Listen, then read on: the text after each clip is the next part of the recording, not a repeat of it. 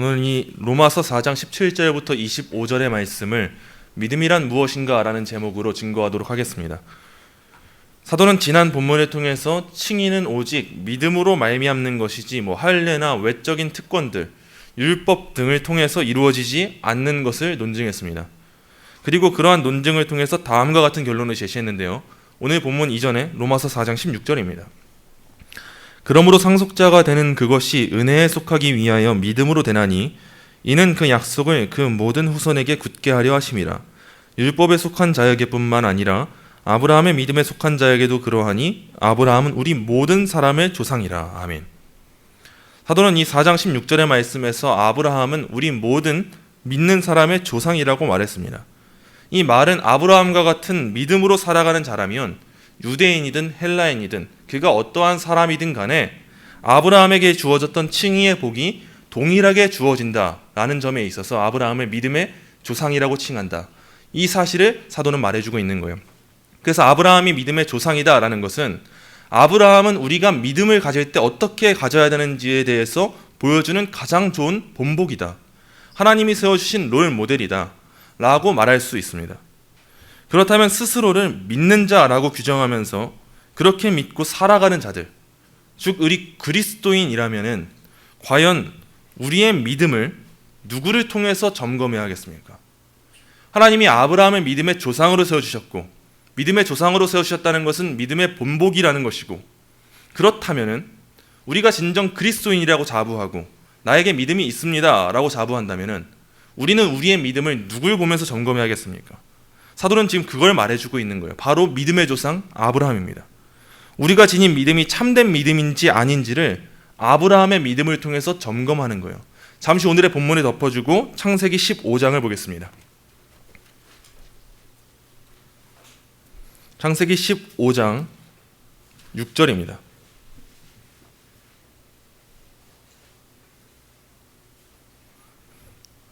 창세기 15장 6절 우리 함께 읽겠습니다. 아브라함이 여호와를 믿으니 여호와께서 이를 그의 의로 여기시고. 아멘. 하나님께서 아브라함의 믿음을 의로 여기셨다면 우린 이 믿음을 참된 믿음이라고 칭할 수 있을 겁니다. 그리고 다른 말로 아브라함이 가졌던 이 믿음을 구원 얻는 믿음이라고 우리는 말할 수가 있어요. 그렇다면 이제 우리의 관심은 어디로 향하겠습니까? 사도가 지금 계속해서 아브라함의 믿음을 얘기해주고 있는 이유는 바로 여기에 있어요. 하나님이 아브라함이 믿을 때 그를 의롭다고 칭하셨다면 이제 우리가 믿음을 닮아야 하는, 우리가 따라가야 하는 그 믿음의 본보기가 되는 사람이 누구냐? 바로 사도 바울이다라는 걸 사도는 말해주는 거예요. 그래서 이제 우리의 관심은요, 참된 믿음은 무엇일까? 하나님은 믿음으로 사람을 의롭다고 하시는데 하나님이 제정하신 진짜 참되다라고 하신 그 믿음은 무엇인가? 이것이 바로 우리의 관심이 되어야 합니다. 그리고 우리는 이 답을 아브라함에서 찾아내야 합니다. 오늘은 성경이 말해주고 있는 이 참된 믿음이 어떠한지에 대하여서 아브라함의 믿음을 통해서 함께 살펴보도록 하겠습니다. 다시 오늘의 본문으로 돌아와서 본문 17절입니다. 본문 17절 우리 함께 읽겠습니다. 기록된 바 내가 너를 많은 민족의 조상으로 세웠다 하심과 같으니 그가 믿은 바 하나님은 죽은 자를 살리시며 없는 것을 있는 것으로 부르시는 이시니라. 아멘. 먼저 아브라함이 믿는 이 믿음에서 믿음의 대상이 누구인지를 보는 것이 중요합니다. 아브라함이 믿는 이 믿음의 대상은 하나님이에요. 하나님께서 그를 많은 민족의 조상으로 세웠다 하실 때에 그가 가졌던 이 믿음의 대상은 오직 한 분이었습니다. 여러 신들 중에 하나님을 섬긴 것이 아니고 오직 한 분, 유일한 하나님을 섬긴 것이 바로 아브라함의 믿음이었어요. 그런데 그 믿음의 대상이 되신 하나님이 어떤 분이시냐? 우린 이것 또한 바르게 알아야 돼요.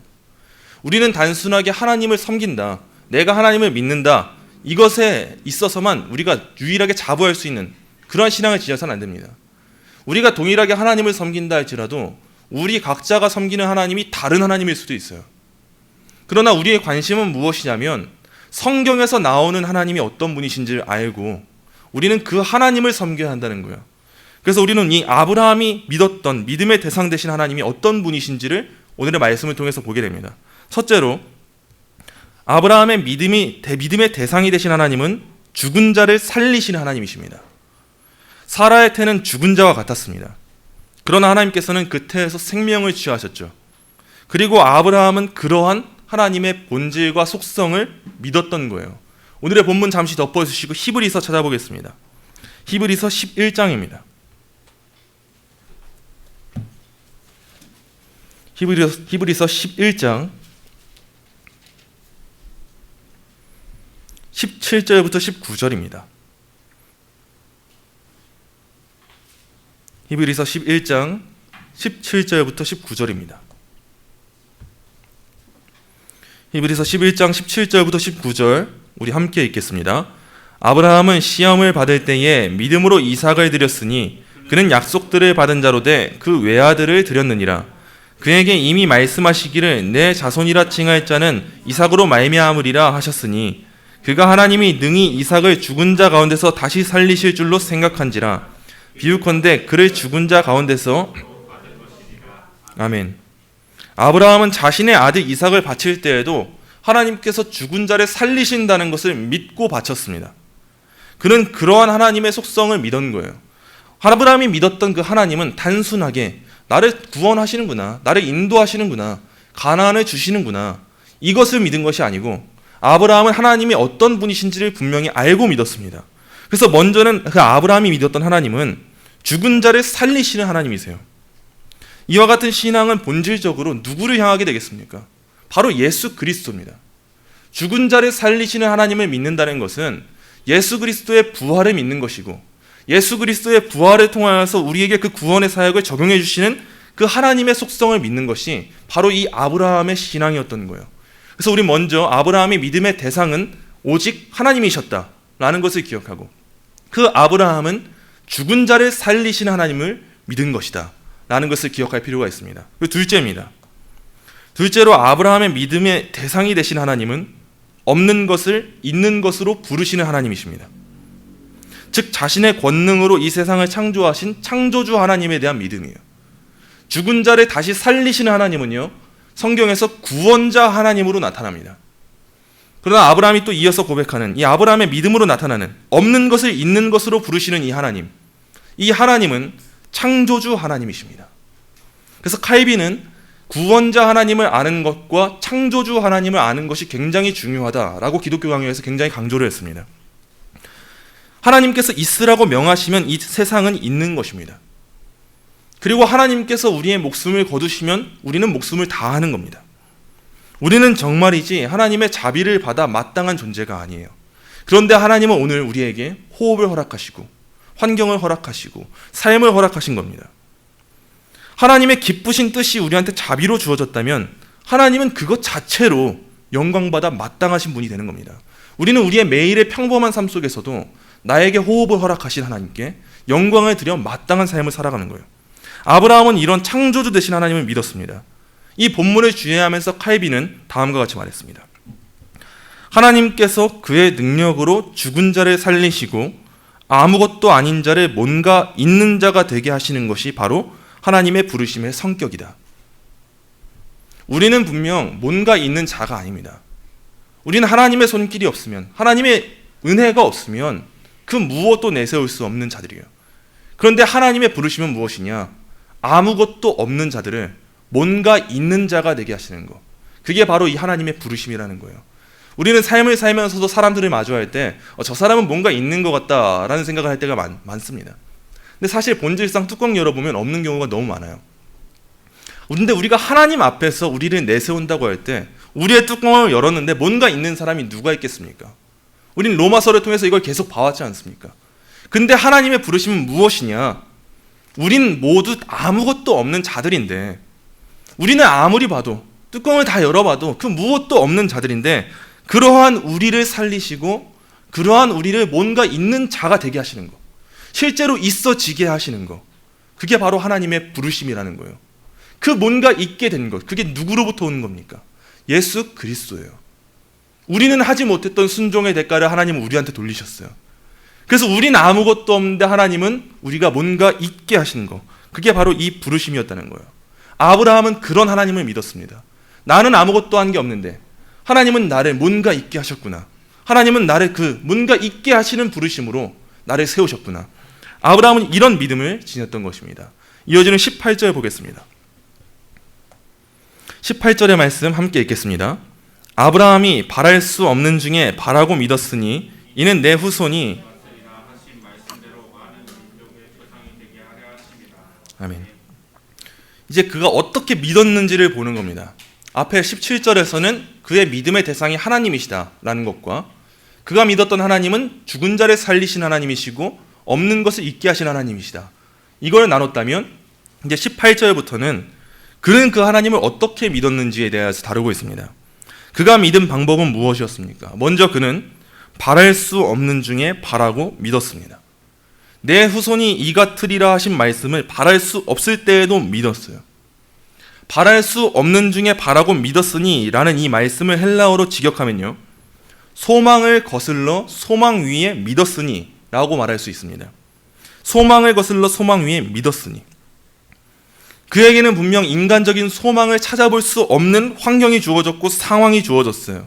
하나님은 분명 후손을 창대케 하신다, 번성케 하신다 라고 하는데 인간적인 소망으로 그 상황을 바라볼 때 아브라함은 그 소망에 짓눌릴 수밖에 없는 상황에 놓여 있었습니다. 그에게는 인간적인 소망을 아주 조금도 찾아볼 수 없는 현실의 무게가 그를 억눌렀다고 해도 과언이 아니에요. 근데 그 가운데 그는 소망을 가지고 소망 위에 믿었습니다. 소망을 거슬러 소망 위에 믿었다, 이 말은 무슨 뜻이냐면 앞에 나오는 소망을 거슬러는 인간적인 소망을 뜻합니다. 인간적인 소망은 그가 분명 거슬렀어요. 그리고 뒤에 나오는 소망 위에 믿었나니, 여기서 말하는 소망은 하나님의 신실하심을 믿는 소망을 뜻합니다. 인간적인 소망은 거슬렀고 하나님의 신실하심에 근거하는 소망 위에 아브라함은 믿음을 지녔다는 거예요. 그래서 그의 믿음이 바랄 수 없는 중에 바라고 믿는 믿음이었던 것입니다. 성경은 바로 이것이 참된 믿음이라고 말해주고 있습니다. 그에게 존재하는 모든 감각과 이성은 하나님의 약속이 무능하고 불가능한 일인 것처럼 여겨지기에 충분했을 거예요. 그의 나이도 그렇고 생물학적인 그의 신체도 그렇고 모든 것이 하나님의 약속은 이루어질 수 없다라고 말하기에 충분했습니다. 근데 그는 그 인간적인 소망은 거슬렀습니다. 그리고 이 약속을 이루신다는 신실하신 하나님의 소망 위에 믿음을 지녔어요. 그래서 하나님께서는 분명 그를 많은 민족의 조상이 될 것이라고 약속하셨으나 현실적으로 아브라함의 삶이 어땠습니까? 그는 자기 아내 사라의 태가 잉태할 수 없는 상태라는 사실을 누구보다도 잘 아는 사람이었습니다. 과연 아브라함보다도 이 사실을 잘 알고 있는 사람이 어디 있겠었어요? 그러나 그럼에도 아브라함은 그 자손을 번성케 하신다는 그 약속을 소망을 거슬러서 소망 위에서 믿은 것입니다. 잠시 본문을 덮어주시고 하박국 찾아보겠습니다. 하박국 3장입니다. 하박국 3장 17절부터 18절입니다.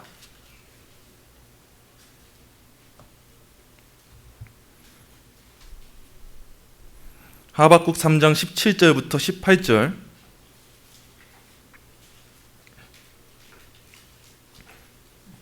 제 성경에는 구약성경 1305페이지입니다. 하박국 3장 17절부터 18절 우리 함께 읽겠습니다. 비록 무화과 나무가 무성하지 못하며 포도나무에 열매가 없으며 감람나무에 소출이 없으며 밭에 먹을 것이 없으며 우리의 양이 없으며 외양간에 소가 없을지라도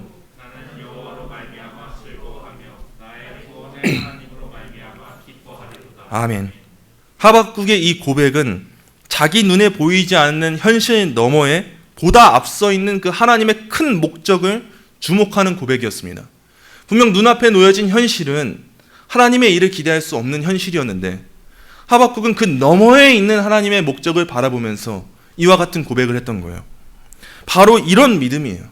지금 아브라함이 바랄 수 없는 중에 믿었다라고 하는 믿음이 이런 믿음입니다. 믿음을 가질 수가 없는 것처럼 보이는 현실에서 하나님의 신실하심 때문에 그 소망 위에 믿음을 가지게 되는 것. 하나님은 이 믿음을 참된 믿음이라고 여겨주셨고 이 믿음으로 그를 의롭다고 여겨주신 겁니다. 그래서 아브라함의 믿음이 그러했고 이를 따르는 하박국의 믿음이 그러했던 바와 같이 사도 바울도 또 다른 곳에서 다음과 같이 고백합니다. 또 한번 찾아보겠습니다. 고린도후서입니다. 고린도후서 4장입니다.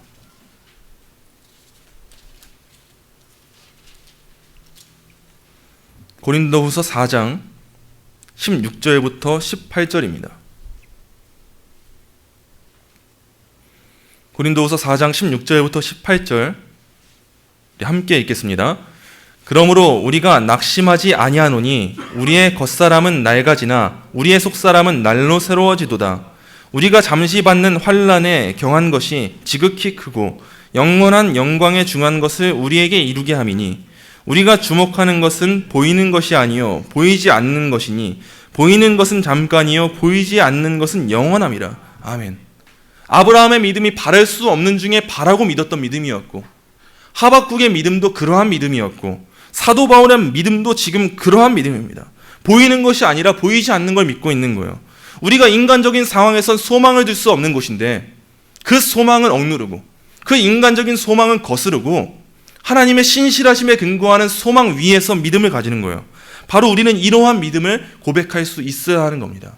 그리고 오늘의 본문 19절입니다. 오늘의 본문 19절 함께 읽겠습니다.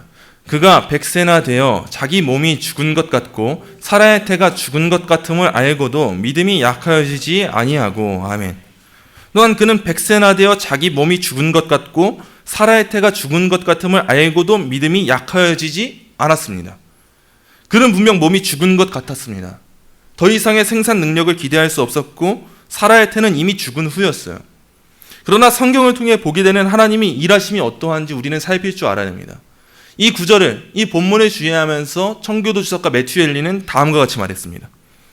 하나님께서 자기 백성에게 약속의 자녀를 주시는 것과 같은 어떤 특별한 복을 주시고자 할 때에는 보통 그 복 자체를 완전한 죽음의 상태에 두고 그것에 이르는 모든 길을 차단하신다.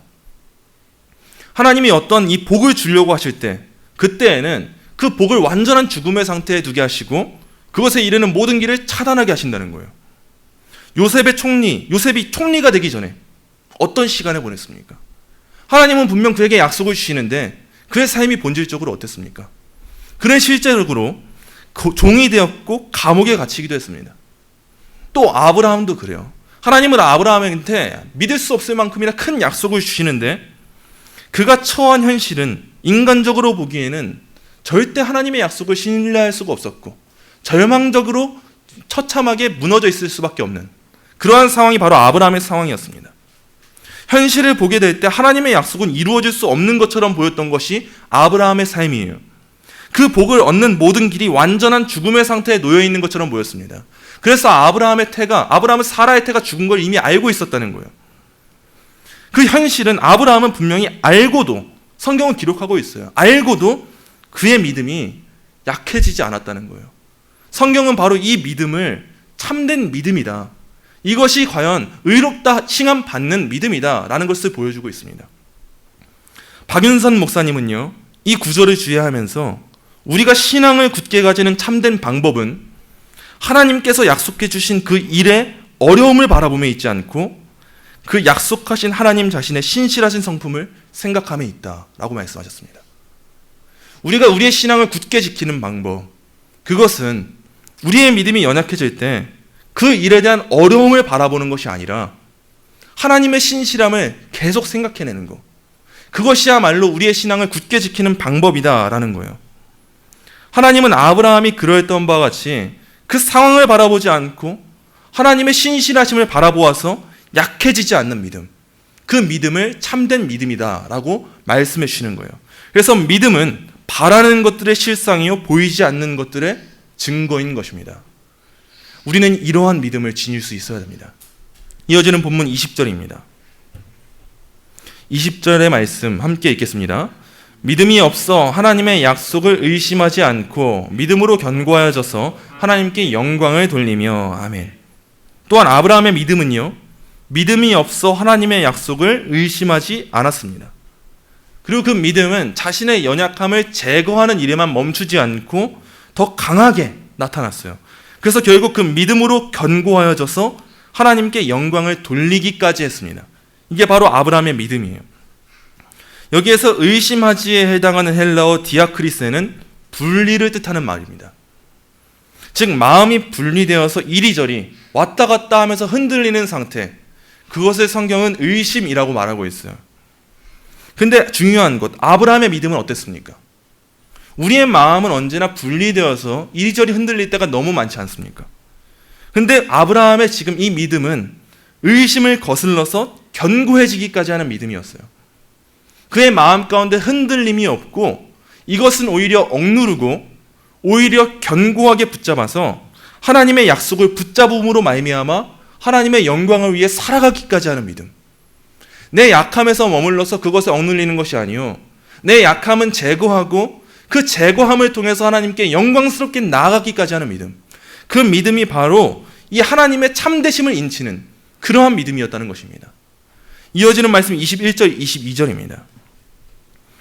약속하신 그것을 또한 능히 이루실 줄을 확신하였으니 그러므로 그것이 그에게 의로 여겨졌느니라. 아멘.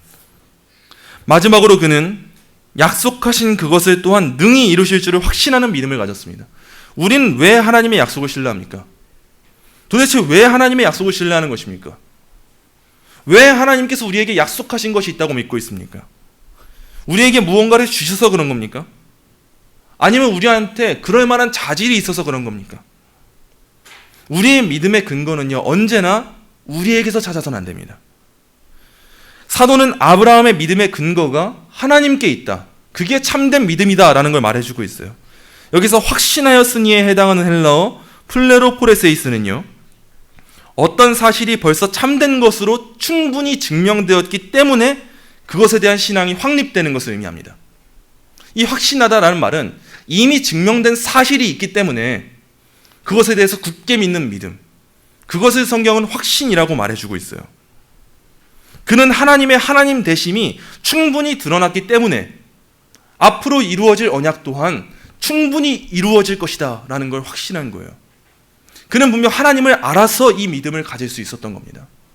하나님이 어떤 분이신지 아니까, 이미 이 땅에 수없이 많은 사실들이 하나님의 역사 가운데 이루어짐을 아니까, 이것이 확증된 것을 아니까 그 아브라함은 하나님의 언약의 말씀을 믿은 거예요. 내가 이만큼 하면 하나님이 얼만큼 주시겠구나, 이 믿음이 아니라는 거예요. 내가 이만큼 기도했으니까 하나님이 나를 인도해 주시겠구나, 나의 가정을 이렇게 채우시겠구나, 내가 믿음으로 떠나갔으니까 나의 가정을 더 번성케 하시겠구나, 이것이 아니라 하나님이 하나님이시니까 나에게 하신 그 언약을 이루시겠구나, 하나님은 단 한순간도 신실하지 않으신 적이 없었기 때문에 나를 포기하지 않으시고 나를 끝까지 인도하시는구나, 이러한 믿음을 지녔던 게 바로 아브라함의 확신이었다는 것입니다. 우리는 그분의 능력을 믿지 못할 때 우리의 믿음이 흔들리지 않습니까? 아브라함의 믿음이 견고할 수 있었던 이유는 그분의 능력을 믿었기 때문입니다. 그는 알았고 그는 보았습니다. 그는 하나님을 알았고 하나님의 일하심을 본 거예요. 그는 하나님을 알았고 하나님의 능력을 보았기 때문에 능히 이루실 줄을 확신한 겁니다. 그리고 성경은 이와 같은 아브라함의 믿음을 말할 때에 그것이 그에게 의로 여겨졌느니라 라고 결론적으로 말해주고 있습니다. 아브라함이 어떤 행위를 했기 때문에 의롭게 되었다, 이게 아니에요. 아브라함이 하나님의 의로우심을 알고 하나님의 신실하심을 알고 그분의 일하심을 신실하게 이루실 것을 믿고 믿었기 때문에, 하나님이 그 믿음을 아브라함에게 주셨기 때문에 하나님은 그 믿음을 보시고 그를 의롭다 여겨주셨다, 이것을 말해주고 있는 겁니다. 이어지는 23절 24절입니다.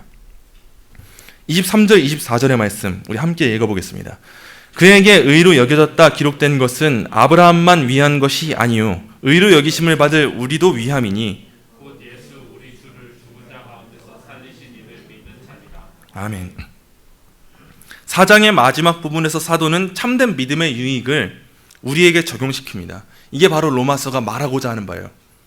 사도는 그에게 의로 여겨졌다 기록된 것은 아브라함만 위한 것이 아니요 의로 여기심을 받을 우리도 위함이니 곧 예수 우리 주를 죽은 자 가운데서 살리신 이를 믿는 자니라 라고 서술합니다.